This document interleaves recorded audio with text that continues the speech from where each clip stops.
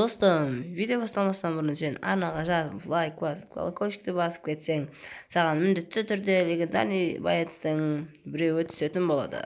Ондай болса іске сәт.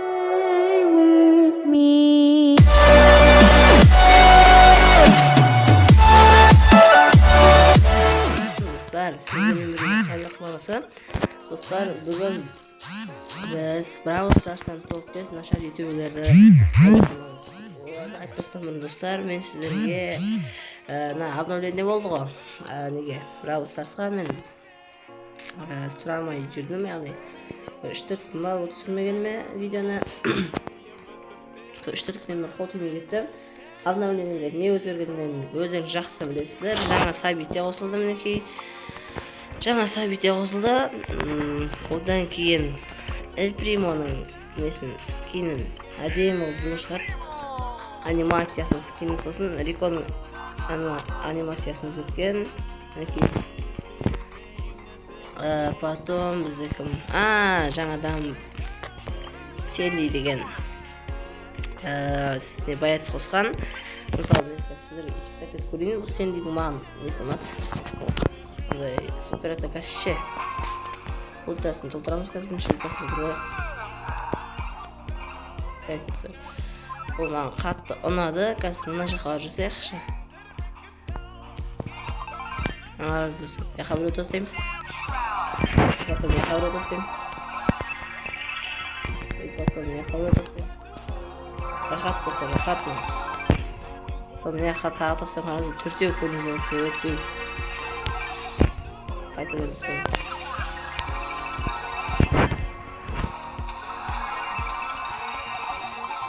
Осындай ұнады маған.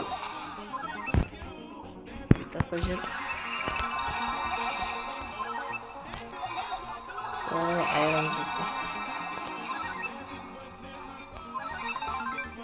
Короче, осындай.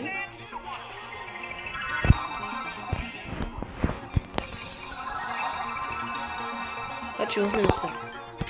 Сэнди деген не бұл? Аты ғой не еді? Баятыс дегенде баятыс енді төртеу болды.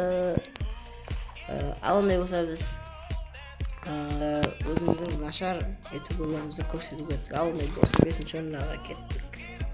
Достар. Мінекей достар, біздің 5-ші орында тұрған ютуберіміз ол Бистрый Мартас деген. Бистрый Мартас. Бұл ютубер достар. Қалай айтсам болады? Андай қызықсыз түсіргенде енді қызықты олай скотчына өтірлеу дауысы деген достар. Ол енді ғана бастаған достар, енді бірақ қараңыздар, ең соңғы видеосы достар, бұның ең соңғы видеосы 3 апта бұрын. Прикинь, ең соңғы видеосы 3 апта бұрын достар, бірақ бұда 28.000 подписчик. 28 достар. Мен ең соңғы видеом почти бір айға жақындап қалды. Ал бұда не бәрі 1, 2, 3, 4, 5 и 8 11. Қараңыздар достар, қалайша бұнша подписчик жинайды, 3 апта алдым достар. Сосын бұның достар дауысы деген, мысалы қалай всем привет, треба. Саған дауысын салам айткен. Дауысы бір түрлі маған дауысы ұнамайды, бірақ былайша монтаж жоқ бұда. Сыртындағы обложкалары әдем болғанмен былайша бір түрлі сөйлеткен достар көрдім. Бітеді короче достар. Всем привет, ребята, с вами Быстрый Мартас, у нас короче достар, осындай ғой дауыс. Ал ондай болса біз топ 4-ке кеттік. Ал ондай болса неке топ 4, ол Flippy Nips деп аталады. Flippy Nips міне достар, қараңыздар. Flippy Nips бұл таза өлтірікші достар, Dark Nyash секілді. Дәл Dark Nyash секілді түсіреді. Ол содан копировать етеді десек те болады. Dark Nyash туралы айтпай қоя, оны алдағы уақытта көресіздер. Оның картинкалары, монтаждары бәрі жақсы, бірақ өте өтірік сөйлейді, өтірік айтады, барлық нәрсесіне екі сөздің өтірік достар. Бітеді. Арналарға лайк басамыз, достар, колокольчикті басамыз, комментария тастап қойыңыздар дейді. Егер кімде-кім менің барлық видеома лайк басып шықса, мен оны лайк басып шыққан адамның ішінен біреуін таңдап, мен соған легендарный боец сатып алып беремін дейді. Достар, қараңыздар. Біріншіден, лайк басқан адамны көре алмайды ютубер. Яғни канал ашқан адам кім басты, қашан басты, ешқандай да көре алмайды. Ал екіншіден, достар, легендарный боец сатып ала алмайды. Достар, қайталап айтамын, легендарный боец сатып ала алмайды. Ол тек қана анда-санда бір рет шығып қалады. Дата ол көп, өте көп кристалл қажет, 500 кристалл, ал сенде 700 кристалл, оны бәріңіз білесіздер. Ол сондай көп айтады, ол өтірік ше. Алдай болса, достар, топ 3-ке. Ал мінекей біз топ 3-ке келдік. Ол дип деп аталады. Дип деп аталады. Достар, бұл каналда сол не секілді атауырғыр. Dark Nyash пен жаңағы не дедім атын, Flip пен Ip секілді, достар, бұл да көп өтір айтады. Бұл маған ұнайтын еді, Dark Nyash та ұнайтын еді, Deep та ұнайтын еді, екі видеолар қалдырмай көретін едім. Кейіннен көргім кетті, өйткені өтірік судай деп өтірікті ше. Потом, достар, бұл бүйтеді. Көбінесе видеоларын байқасаңыздар, сәлем достар деп, яғни орысша деді ғой енді. Всем привет, ребята, мен в аккаунте Илка дейді. Бақтарыңызды сәлем достар, біз Илканың аккаунтынамыз дейді. Ол аккаунт Supercell компаниясының бастығында, яғни Supercell компаниясының создат еткен бастығының несі аккаунт дейді. Ол ешқандай да өтірік, оның бәрі өтірік, достар, жай ғана. Біз соның аккаунтынамыз, біз мынаны қараңыздар, мынандай бар екен, жоқ, мынандай бар екен дейді. Вообще өтірік суды айтады, ол айтқанда бар емес па? Потом болса, біз подписчигіміздің аккаунтынамыз, оған мынандай әпереміз дейді. Біз жаңада шыққан боец бар ғой сен дейше, біз сен дейдің аккаунтына кіріп алдық, бұда қараңыздар, бәрі бар екен деп. Короче, солай жаман өтірік айтады. Потом деп деген бәле бар емес пе? Қараңыздар, бұған қалай сонда Supercell компаниясы өздерінің бастықтарының, Supercell компаниясының бастығының аккаунтын оларға бере салатын ақмақ па олар? Ақмақ емес, достар, әрине. Тіпті аурумның өзіне олай бере салған жоқ қой. Егер аурум білесіздер ғой, Supercell компаниясымен жақсы қарым-қатынаста, және алдыңғы жылы ма, Supercell компаниясынан достар бір приз алды, білмеймін, не приз екен, сондай алды. Жарайды, ондай осы топ 2-ге кетіп достар. Мінекей достар, біз Dark Nyashқа келдік. Бұл топ 2 достар, топ 2. Мен мұның бұрын видеоларын қалдырмай көретін едім, достар, қалдырмай көретін едім, бірақ бұл вообще өтірік суды сафрады. Өтірікті аямайды, достар, бүйтеді, короче. Всем привет, ребята, с вами Dark Nyash. Мы сегодня бір деп бастайды, достар. Короче, Dark Nyash бүйтеді ғой. Егер сен арнаға жазылып, лайк басып, колокольчикті басып, комментар тастап көтсең, онда саған обязательно бір легендарный боец түседі дейді, короче, достар. Бұл сосын, короче, қалай айтсам болады.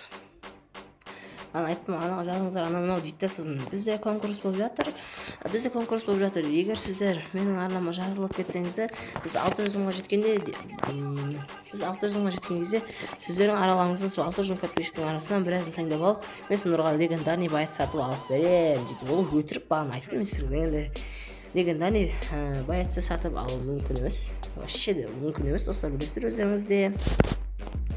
Сондықтан мұның өтірігіне алданып қалмаңыздар, вообще жаман өтірік деді. Ал ондай болса, топ 1-ге келдік, достар. Міне, достар, біз топ 1-ге келдік. Бұл әрине Шампанов, достар. Шампанов бұл Brawl Stars арқылы емес, достар, бұл Clash Royale арқылы атақты болған ютубер. Шампановтың видеолары жақсы, бірақ бұл Шампанов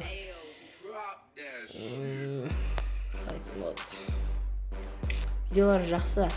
Мен бұл видеоларын қалдырмай көретін, ал қазір маған вообще ұнамайды, өтірік көп айтады. Потом тек қана өтірік емес, енді шынайылар да бар, бірақ бұл достар андай жасына сай не ойнаса кішкене болатын шығар, яғни Мысалы Brawl Stars ол біз секілді жастағы адамдарға ойнауға болады. Мен өзім достар 14-темін небәрі.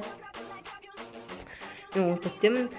Потом мына Шампанов енді ол үлкен вообще кәртек біткен ғой, вообще ол шал десек те болады, лысый, тақырбас па? Қазақшада тақырбас қой, орысшада лысый ма сондай. Алмай осыны ойнайды, осыны түсіреді. Енді мақұл Clash of Royale сіздің мақұл Rush Wars сүресін. Rush Wars та вообще оған жараспайды. Clash of Royale, Clash of Clans та жарасады неге достар. Мейлі соларды түсірсін.